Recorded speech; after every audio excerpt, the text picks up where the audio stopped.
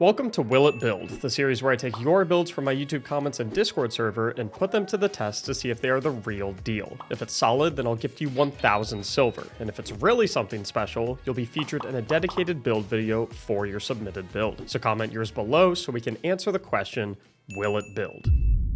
Will It Build, episode 9. We're going to change things up a little bit with this episode. We've got something from FireTech987, who says, ever wanted to clear the battlefield with a grenade and a few shots of a bow? Look no further than the Arc God build. All they gave me was a dim link, and I've taken the liberty of just going through and already equipping every single thing. So if you just want to take screenshots of the mod section right here, screenshots of the class setup right here, you can go on ahead and test out for yourself. I have a feeling I'm going to make some changes, but I haven't really looked too much into what everything does yet. I just kind of want to take a different approach today and learn it as we go and get straight into the gameplay. Let me know if you guys like this method of testing things out better. Briefly though, I do want to take a quick peek at what we've got going on, because like I don't even know what's happening here. I know we obviously have Lucky Raspberry. I know we have Arc Bolt Grenade. There's some synergy right there. Increases the chaining capabilities of Arc Bolt Grenades, damaging enemies with Jolt Lightning Strikes and collecting Ionic Traces. Both grant additional Arc Bolt Grenade energy.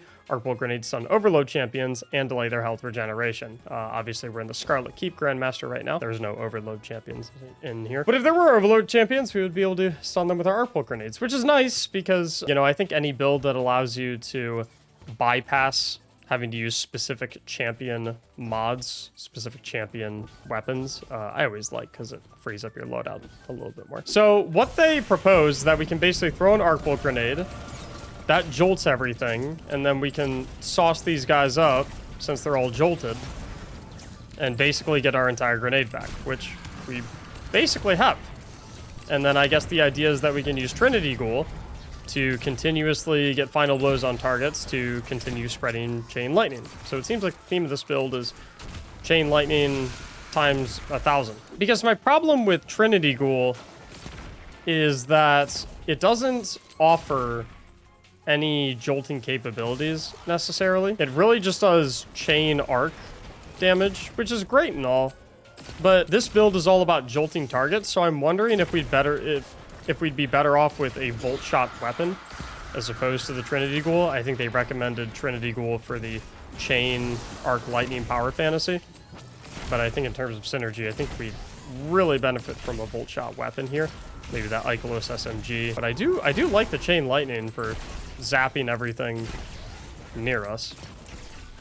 So we've got Arc Bolt Grenade, that's obvious for the Lucky Raspberry synergy. We've got Lethal Current, so that after we dodge, our next melee attack has increased lunge range and jolts the target. The jolting aspect is obviously very important. That's going to proc our Lucky Raspberry to give us even more grenade energy, giving us another way to jolt targets is fantastic. Also, damaging any jolted target with melee attacks also blinds them, which opens up the opportunity for us to maybe throw a grenade at a target.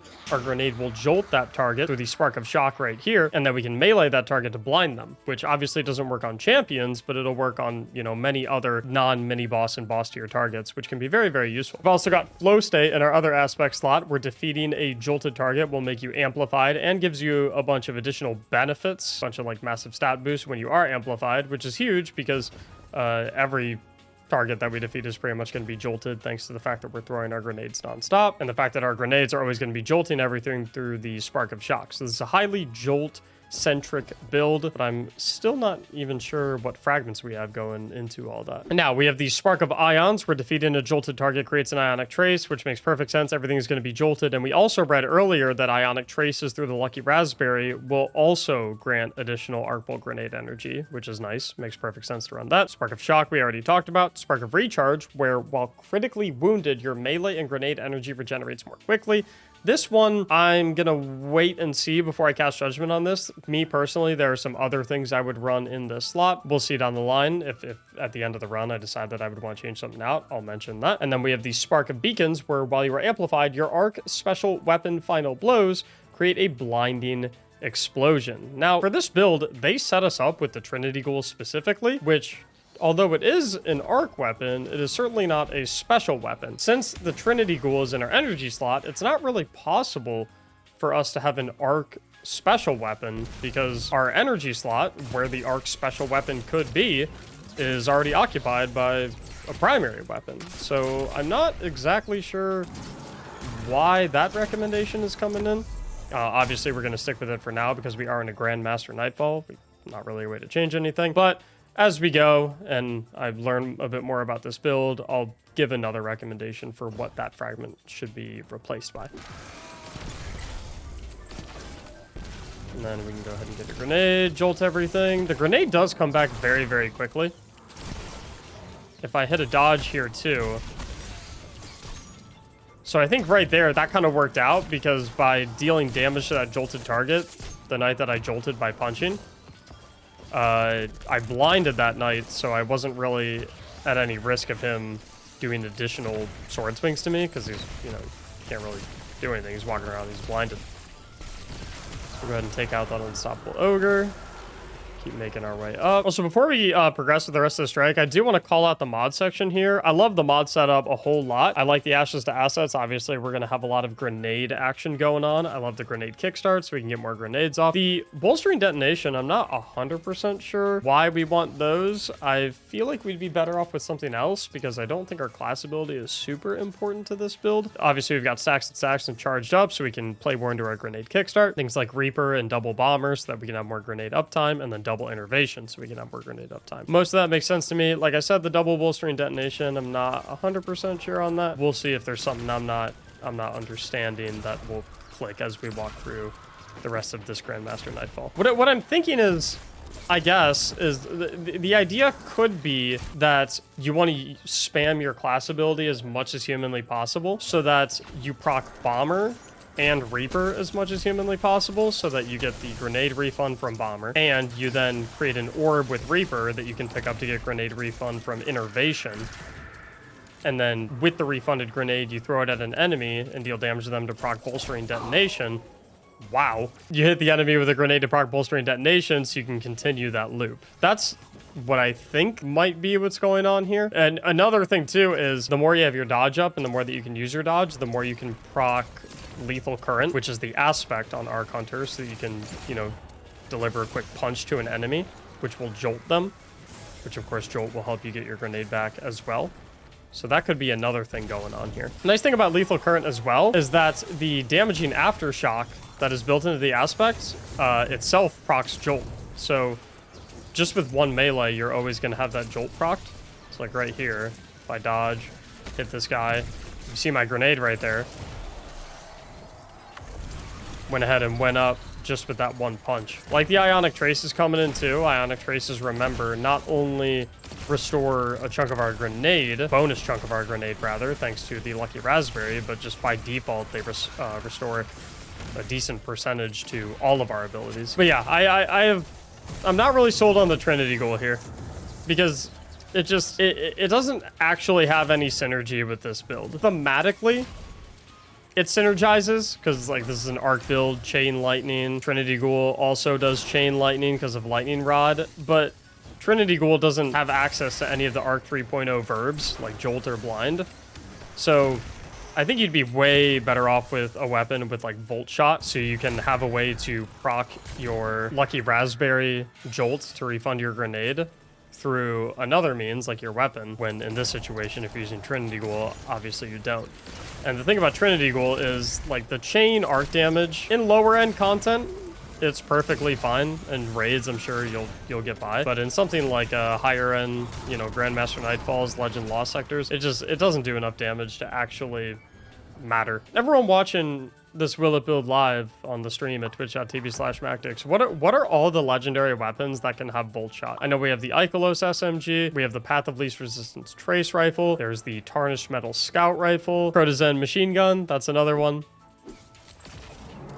Okay, I want to proc the jolt on him, and then I can dodge, grenade, punch to do another jolt. Okay, that actually didn't work the way I thought it was going to work. I'm guessing since jolt was already on him, I couldn't do a second jolt, which is why my punch and application of jolt from lethal current didn't actually do anything to refund my grenade. Because theoretically, that should work. It's like, for example, if I dodge right here and then jump up to punch this guy, boom, it gives me some of it back. Ow. Okay, so remember previously how we kind of talked about meleeing jolted enemies blinds them? That should work with this wizard right here. Because the wizard is just a mini boss to your enemy. This is going to be very ballsy, okay? Grenade to jolt. Punch. Yeah. There we go. Dodge. Punch. Let me jolt him again. Yeah. Let me get our grenade back. Proc that jolt. Keep procking it. Wait a minute. And then we get our class ability back. Lethal current aftershock. Do another jolt.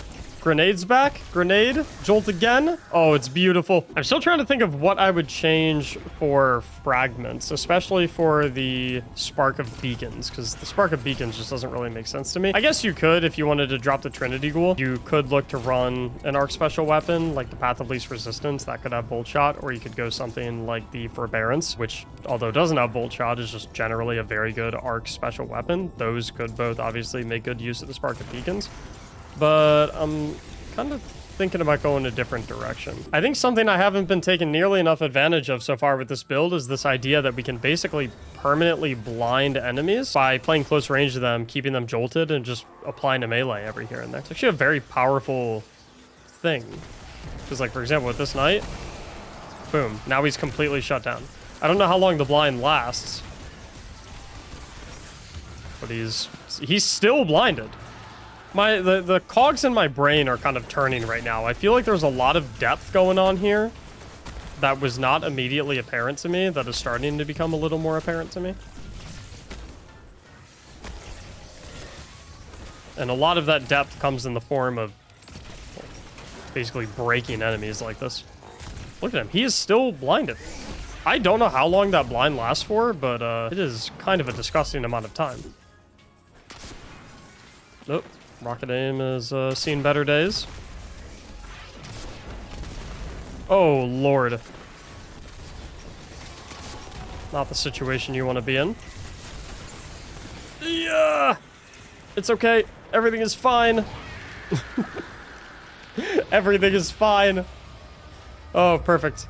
So, in terms of mods, I wouldn't really change up anything. I had my suspicions about the bolstering detonations earlier in the episode. However, once I kind of thought about, you know, how impactful it was to always have your dodge up so that you can make good use of Reaper, the double bomber, the innervations, and your lethal current, the double bolsterings make a lot more sense to me. They actually, in their recommended version, had one bolstering and a copy of Firepower, which Firepower is a mod that allows you to throw your grenade further and faster. Are you sure about that? I personally hate Firepower strictly because my muscle memory of, you know, however many years I've played Destiny, my grenade throwing muscle memory has all been tuned on a non-firepower basis. So if you're a not firepower, sorry. Have I been saying firepower this entire time?